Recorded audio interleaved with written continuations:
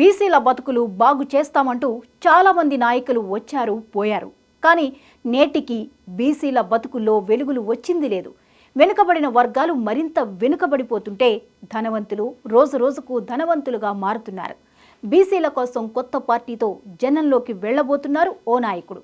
ఇప్పటికే తెలంగాణ రాజకీయాల్లో తన మాటల తూటాలతో, కాంట్రవర్సీ కామెంట్లతో జనానికి చేరువైన ఆ నాయకుడు అనుకున్న లక్ష్యాన్ని ఏ మేరకు చేరుకోగలరు?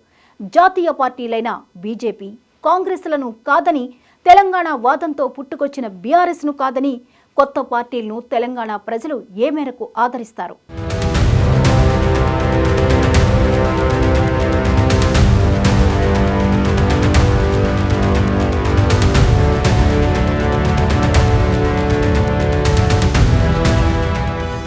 తీన్మార్ మల్లన్న మరోసారి వివాదాస్పద వ్యాఖ్యలతో తెలంగాణ రాజకీయాలను కుదిపేశారు. కల్వకుంట్ల కవితపై ఆయన చేసిన వ్యాఖ్యలు తీవ్ర దుమారం రేపాయి. ఈ వ్యాఖ్యలపై తెలంగాణ జాగృతి వర్గాలు తీవ్రంగా అభ్యంతరం వ్యక్తం చేశాయి. దాంతో మల్లన్న కార్యాలయంపై దాడులు జరిపారు.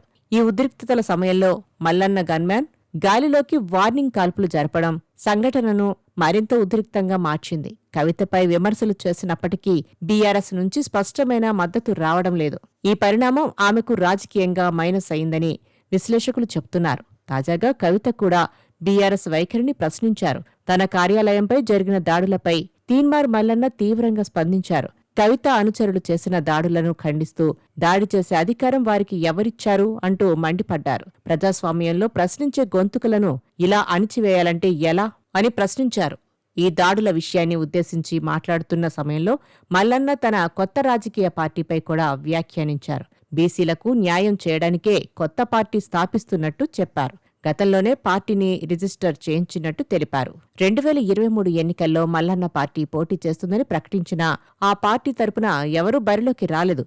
మల్లన్న మాత్రం కాంగ్రెస్ తరపున శాసనమండలి ఎన్నికల్లో పోటీ చేశారు.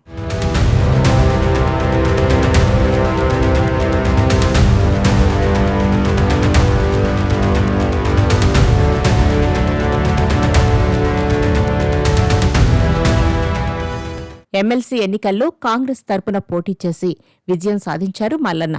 గెలిచాక కొద్ది కాలం పాటు తీన్మార్ మల్లన్న ఇతర కాంగ్రెస్ నేతల మాదిరిగానే వ్యవహరించారు. కానీ కులగణన, బీసీ హక్కుల విషయంలో ప్రభుత్వాన్ని ప్రశ్నించడంతో ఆయన వైఖరి పార్టీకి ఇబ్బందిగా మారింది. అప్పటి నుంచి మల్లన్న ప్రభుత్వంపై విమర్శలు పెంచారు.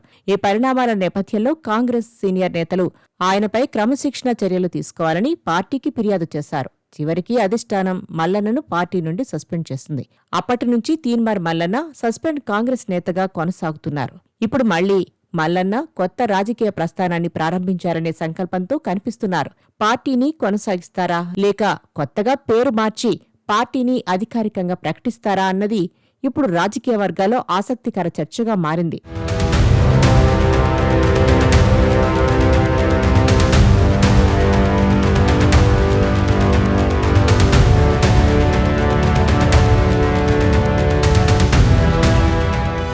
బీసీ వర్గాలకు న్యాయం చేసేందుకు రాజ్యాధికారాన్ని కల్పించాలన్న దృష్టితో కొత్త పార్టీతో జనంలోకి వెళ్తా అంటున్నారు మల్లన్న. తాజాగా మల్లన్న మాట్లాడుతూ బీసీ సామాజిక వర్గం ఎన్నో దశాబ్దాలుగా చిన్నచూపుకు గురవుతోంది. కేవలం రిజర్వేషన్లు ఇచ్చి చేతులు దులుపుకోవడం సరిపోదు, వారికి నేరుగా పాలనా బాధ్యతలు రావాలి అన్నారు.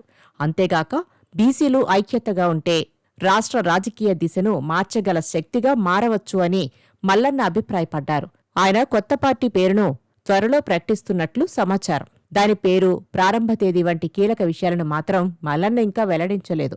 అయితే వచ్చే ఎన్నికల నాటికి పార్టీని బలోపేతం చేసి బీసీల మద్దతుతో రాజకీయంగా ప్రభావం చూపించడమే తమ లక్ష్యమని అంటున్నారు. యువత, బీసీ, ఎస్సీలకు ప్రాధాన్యత ఇచ్చే పార్టీగా తీర్చిదిద్దుతామని గతంలోనే చెప్పారు మల్లన్న. బీసీ వర్గాన్ని ఐక్యం చేసి రాజకీయంగా సుస్థిరంగా చేయడమే తన లక్ష్యమని అంటున్నారు మల్లన్న. జూబ్లీహిల్స్ ఉప ఎన్నికల్లో కూడా తీన్మార్ మల్లన్న పోటీ చేపుతున్నట్లు తెలుస్తోంది. అవసరమైతే జూబ్లీహిల్స్ నుంచి మల్లన్న పోటీకి దిగినా ఆశ్చర్యం లేదని అంటున్నారు. బీసీ నినాదం వల్లే కాంగ్రెస్ పార్టీ మల్లన్నను సస్పెండ్ చేసిందని, బీసీల మద్దతు ఆయనకు ఇప్పటికే కావలసినంత వచ్చిందని చెప్తున్న ఆయన మద్దతుదారులు కొత్త పార్టీ పెట్టేందుకు ఇదే సరైన సమయమని అభిప్రాయపడుతున్నారు. అయితే బీసీ సంఘాల నాయకులతో చర్చించిన తర్వాత తన రాజకీయ భవిష్యత్తుపై మల్లన్న అధికారికంగా ప్రకటన చేయనున్నారన్న టాక్ వినిపిస్తోంది.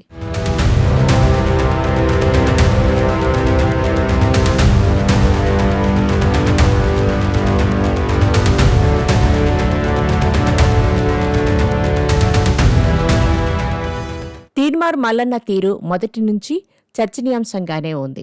ఆయన ధీమా ఏంటో తెలియదు గాని ఏకంగా సీఎం సీటు మీదే కన్నేశాడని చాలా కాలంగా ప్రచారం జరుగుతూనే ఉంది.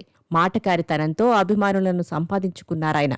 అదే మాటకారితనంతో రాజకీయాల్లోకి వచ్చి ఎమ్మెల్సీ కూడా అయిపోయారు. అయితే ఏమైందో ఏమో తెలియదు గాని తనకు అవకాశమిచ్చిన పార్టీ నేతలపైనే విమర్శలు చేసి సస్పెండ్ అయ్యారు. ఇక అప్పటినుంచి ఆయన పొలిటికల్ ప్లానింగ్స్ ఏంటన్న దానిపై రాజకీయ వర్గాల్లో చర్చ జరుగుతూనే ఉంది. ప్రస్తుతం స్వతంత్రుడిగా ఉన్న మల్లన్న మళ్లీ రాజకీయ పార్టీలో చేరే ఉద్దేశంతో లేరని, కొత్త పార్టీ పెట్టి ఏకంగా ముఖ్యమంత్రి అయిపోవాలన్న కోరికతో ఉన్నారని ఆయన మాటలను బట్టి తెలుస్తోంది. అయితే తెలంగాణలో ప్రస్తుత రాజకీయ పరిస్థితుల్లో కొత్త పార్టీలతో అధికారంలోకి రావడమంటే అంత సామాన్యమైన విషయం కాదు. కాంగ్రెస్, బీజేపీలు బలంగా ఉన్నాయి. బీఆర్ఎస్ లోక్సభ ఎన్నికల్లో 0కు పరిమితమైన ఆ పార్టీకి గ్రామాల్లో బలం ఉంది. రేవంత్ రెడ్డి, కేసీఆర్, బండి సంజయ్ ఇలా ఉద్దండులు ఉన్న పార్టీలను కాదని కొత్త పార్టీతో అధికారం సాధించాలంటే అద్భుతమే జరగాలి.